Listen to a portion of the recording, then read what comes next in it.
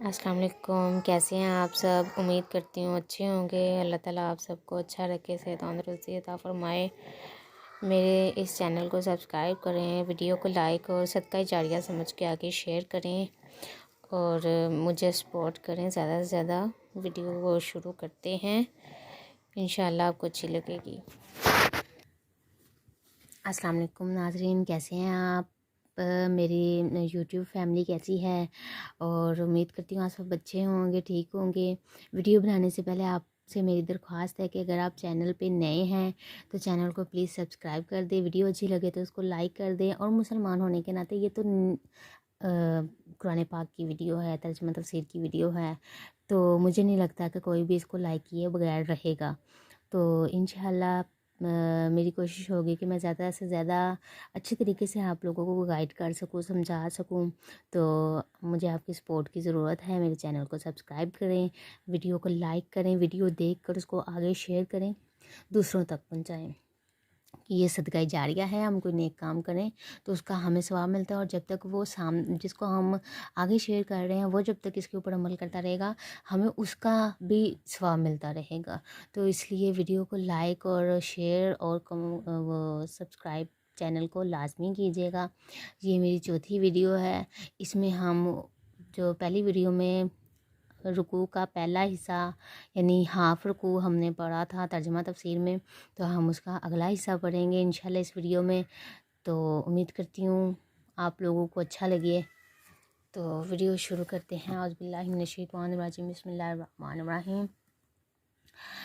اولئک، یہ وہ لوگ ہیں، ٹھیک ہے، الذین اشتری، جنہوں نے خریدی، ٹھیک ہے، والضلالۃ، گمراہی، بالہدیٰ، ہدایت کے بدلے۔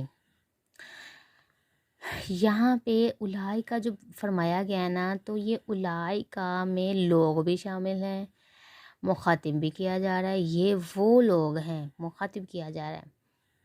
اولئک الذین، یہ وہ لوگ ہیں، اشتروا الضلالۃ، جنہوں نے خریدی گمراہی، بالہدیٰ، ہدایت کے بدلے۔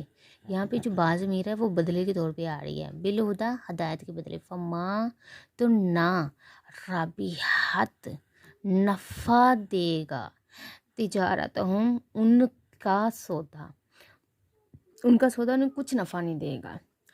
وما، اور نہ، کانو، تھے، محتدون، اور نہ ہی وہ سودے کی راہ جانتے تھے یا وہ ہدایت پر تھے۔ عام لفظوں میں ہم اس کا ہدایت پر ہی کریں گے، کیونکہ یہاں پہ محتدین زیادہ تر ہدایت کے معاملے میں استعمال ہوتا ہے۔ تو اور وہ سودے کی راہ جانتے ہی نہ تھے، یہاں پہ جو کہ سودے کی بات ہو رہی ہے، اور اس وجہ سے یہاں پہ اس کے ترجمے میں یہ بات بیان کی گئی ہے۔ یعنی مسلمانوں کا حال دیکھ کر سمجھتے ہیں کہ اسلام حق ہے، کافروں کا مال دیکھ کر سمجھیں کہ کفر حق ہے۔ اپنی بے چینی بے قراری میں وہ یہ نہیں سمجھ پا رہے کہ کیا صحیح ہے کیا غلط ہے۔ اس طرح کفر بھی ان کے سامنے تھا اور اسلام بھی انہوں کے سامنے تھا، لیکن اسلام کو چھوڑ کے کفر اختیار کیا، گویا خرید و فروخت ہوئی، ٹھیک ہے۔ تو اس کے بعد مثلہم، ان کی کہاوت، قرآن پاک میں کے ترجمے میں کہاوت لفظ استعمال کیا گیا ہے۔ ہم اس کا آسان لفظوں میں ترجمہ سیکھنے کے لیے ہم اس کا مثال بھی، کیونکہ عام یہ مثلو عام اس کا وہ مطلب سائن جا رہا ہے کہ ٹھیک ہے یہ اس کا مثال ہی ہو سکتا ہے، سمجھ آتی ہے بولنے میں بھی۔ مثلہم، ان کی مثال، کہاوت اگر آپ کو مشکل لگے تو آپ مثال استعمال کر سکتے ہیں، تو کیونکہ آسان لفظوں میں سیکھنا اگر ہو تو کہاوت کی نہ سمجھ آ رہی ہو، ویسے اتنا مشکل نہیں ہے تو آ جائے گی سمجھ۔ مثلہم، ان کی مثال، کا مثل الذی، ان جیسی ہے، استو، جو روشن کرے، قدر نارن، جس نے آگ روشن کی، اس کی مثال اس کی طرح ہے جس نے آگ روشن کی۔ فلما، تو جب، اضاءت، جگمگا اٹھا، ما حولہ، اس کے آس پاس سب، ذہبا، تو لے گیا، اللہ بنورہم، ان کا نور لے گیا، وترکہم، اور ان کو چھوڑ گیا، فی ظلمات، اندھیریوں میں چھوڑ گیا، لا، نہیں، یبصرون، ان کو کچھ نہیں سوچتا۔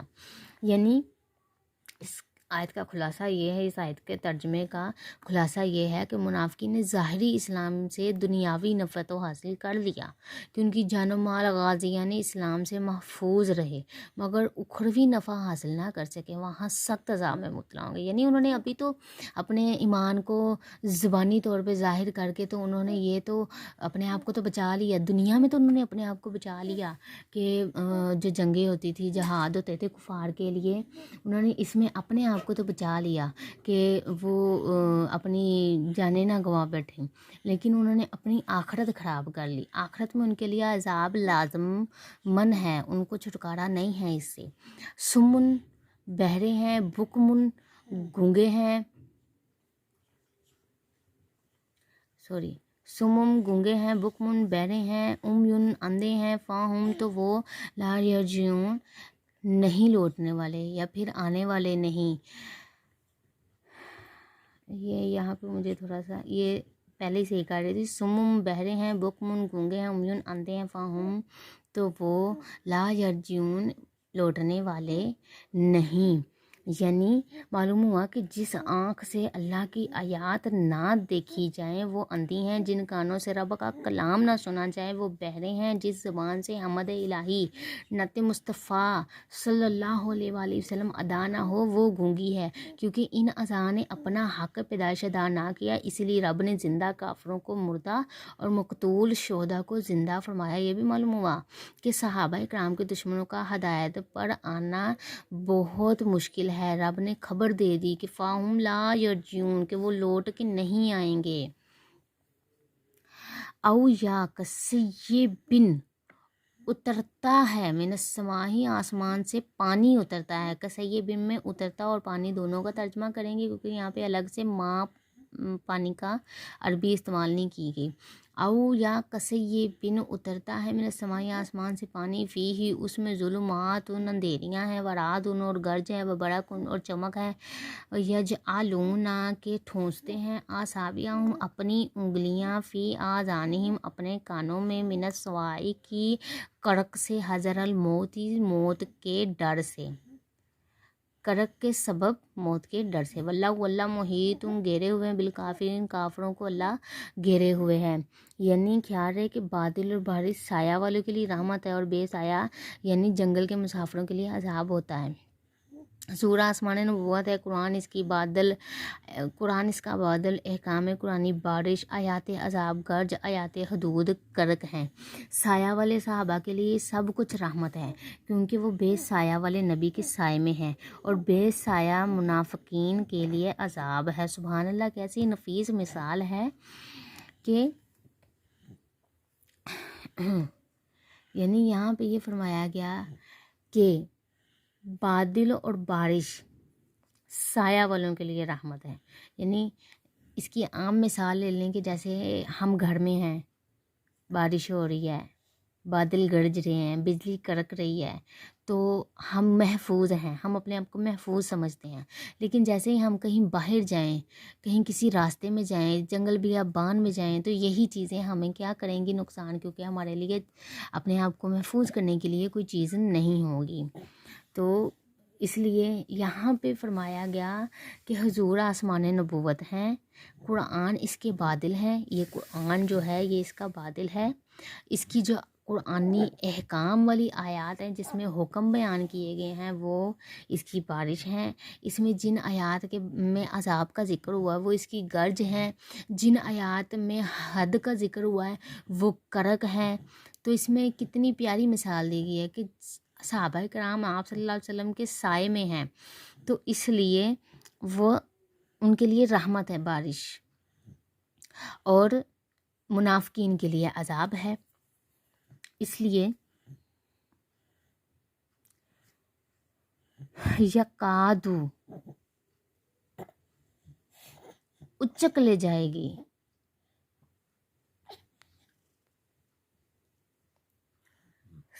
یکادول برق، یوں بجلی معلوم ہوتی ہے کہ یکتفو کہ لے جائے گی، اچک لے جائے گی، ابصارہم ان کی نگاہیں، کلما جب اضاء لہم